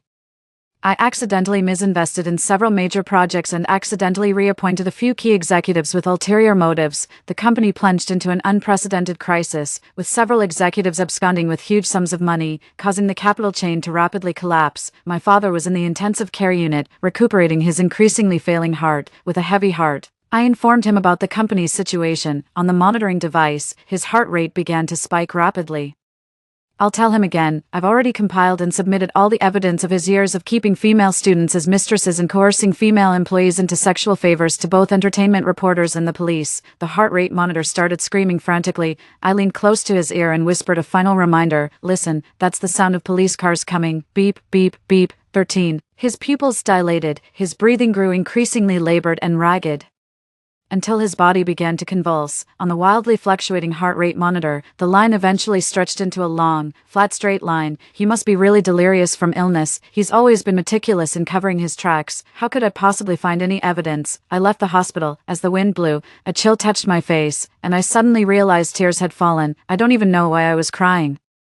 I took my sister's last painting before her death and went to the mental hospital to see my mother. That painting depicts our family of 3. It suddenly occurred to me that Aurelia also left me for good because of that painting, but that day I just concluded that the distance between the car and her was enough for her to leave on her own. The people on the scene were just using her to test me, not daring to actually take a life. As I drove closer to her, no one noticed that I eased my foot slightly off the accelerator. Then, just as she was about to leave the danger zone, I deliberately stepped on the gas again, causing the car to graze her foot. I just wanted everyone to believe that I truly didn't care about her. I was genuinely afraid that one day I'd see her turn into the image of my sister or my mother. In the psychiatric hospital, my mother, acting erratically, smashed many things. Then she suddenly leaned in and asked curiously, What happened to that little girl who used to follow you around all the time, suppressing the endless dull pain in my heart? I replied hoarsely, she's gone. My mother hugged my sister's painting and simply said, oh, asked me again, where did you go to have fun? When are you coming back? See, even she took it for granted that when Aurelia left, it wouldn't be truly leaving me. When leaving the mental hospital, I stood in Kyoto's white snow. Suddenly remembered. Aurelia's final departure back then was in the courtyard of Crosby's villa. In the early hours of the morning, there was a heavy snowfall just like this. It suddenly occurred to me that it had been far, far too long since I last saw her. I truly miss her so much. After all these years, that woman who killed my sister, that man who abandoned my mother, they're both dead now. I no longer need to worry about someone hurting the people I care about. Then, what if I go to see Aurelia one more time? Could there be even the slightest possibility that we might have a chance to start over? I took Ronan, who is now almost 10 years old, to that island once again. Ronan no longer plays around like he used to, and rarely speaks to me now, but when I mentioned going to the island to find Aurelia, he silently packed a large backpack of things without saying a word. I pretended not to see the scholarship certificates, awards, and competition trophies he had packed away over the years. Silently yet urgently, he wanted to tell Aurelia he was no longer that disobedient child who had disappointed Aurelia back then. We landed on the island, but was told by Aurelia's neighbor that she had gone skiing in the north. Over the past few years, her travel agency has grown significantly, opening several branches and starting to provide tour guides across the country. So it's not surprising that she went to the north. I took Ronan and flew back to the north. I went through great effort to inquire around before finally locating the ski resort where Aurelia was. By the time I arrived, it was already dark, yet there were still quite a few people at the ski resort. I went inside and searched everywhere, but couldn't find any trace of Aurelia. Feeling quite disappointed, I thought I must have come too late and she had probably already left. I searched every corner of the ski resort, then reluctantly headed outside. Just as I was nearing the exit, I suddenly heard a cheerful, laughing male voice not far behind me. Then let's postpone the wedding, head north, we'll play for a few more days. The voice was unfamiliar, yet I instinctively turned my head back, as if some premonition and instinct drove me. I turned back in the crowd and suddenly saw Aurelia's face, and the man beside her, his arm around her, glancing down at her with lowered eyes. The light was somewhat dim, yet I seemed to clearly see the indulgence and amusement in the man's eyes. For a moment, I even felt that it wasn't Aurelia. During those 5 years she spent with me, she always appeared timid and hesitant. She didn't speak much and seemed to have no particular hobbies. It feels like being forever trapped in a kind of dull and chilly gloom. I once heard Violet say that Aurelia was a cunning and playful person. Back then, I would instinctively refute that, and Violet would sigh softly and say, "You've never truly understood her, never." At this moment years later, I seemed to suddenly catch a glimpse of the Aurelia that Violet had spoken of. I think I truly understood, in that instant, why Aurelia chose to leave. I watched as the man spoke to her with relaxed and cheerful expression, speaking with excitement. Aurelia's eyes and brows brimmed with laughter as she raised her hand to respond to him. The man also seemed delighted, casually raising both hands to swiftly and clearly reply to Aurelia in sign language. Though not mute, he naturally conversed with Aurelia, seamlessly blending speech with her signing. He willingly respected Aurelia's way of communication, learning her sign language to grow closer to her. I watched them converse as if no one else was around. After all, the wedding invitations haven't been sent out yet. We can go back later to try on the wedding dress and arrange the venue. Postponing from mid-next month to the end of next month might even allow us to catch the snow in the south, making the wedding more romantic. 14. It must have been Aurelia who suggested wanting to play for a few more days, and the man naturally found her a reason to delay her return. Aurelia signed to him with some concern. "But don't you have a competition the day after tomorrow?" The man took off her helmet-shaped hat, pulled a towel from his backpack, and gently wrapped it around her head. He replied verbally. The competition was postponed. For 3 days, Aurelia signed with a suspicious expression. I said I wanted to play for 3 more days. How did it just happen to be postponed for 3 days? The man wiped her hair with a towel, his eyes filled with triumphant laughter. "Because, you have the best luck." I hid among the crowd, at a distance neither too far nor too near, like a peeping Tom lurking in the shadows, watching their happiness with dark envy. Until those two figures gradually moved forward and disappeared from sight, I stood there for a long, long time. Then I suddenly remembered that Ronan was still by my side. He was biting his lower lip hard, still clutching that overstuffed backpack in his arms, as if he'd lost his soul. I raised my hand to call him, but he suddenly shoved my arm away and rushed ahead. I knew he was shedding tears and hated being seen by others. I hurried out after him. I saw him run into the distance and stand alone under a tree, his shoulders shaking violently. I halted my steps, only then realizing that tears had also fallen from my eyes. Our shadows stretched long by the roadside, extending into the boundless darkness. I understood then that I had finally lost her completely.